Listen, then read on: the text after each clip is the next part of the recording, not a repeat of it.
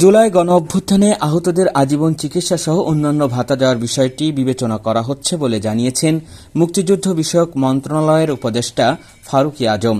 রোববার সচিবালয়ে গণঅভ্যুত্থানে আহত নিহতদের সহায়তা নিয়ে এক বৈঠক শেষে এসব কথা জানান তিনি বলেন, জুলাই গণঅভ্যুত্থানে শহীদদের ব্যাপারে সরকার দ্রুত কার্যক্রম গ্রহণ করেছে। তাদের তালিকা প্রণয়ন করা হয়েছে এবং সেটা গেজেট আকারে প্রকাশ করা হয়েছে। আহতদের ব্যাপারে ক্যাটাগরি অনুযায়ী তালিকা হচ্ছে। এই সপ্তাহের মধ্যে সেই তালিকা সম্পন্ন করা হতে পারে বলে জানান তিনি। এছাড়া এই সপ্তাহের মধ্যে জুলাই গণঅভ্যুত্থান অধিদপ্তর গঠন হচ্ছে জানিয়ে উপদেষ্টা আরও বলেন, অধিদপ্তরের অধীনে একটি নীতিমালা হচ্ছে। এই নীতিমালার অধীনে সরকার আহত নিহতদের যাবতীয় সহায়তা দিবে।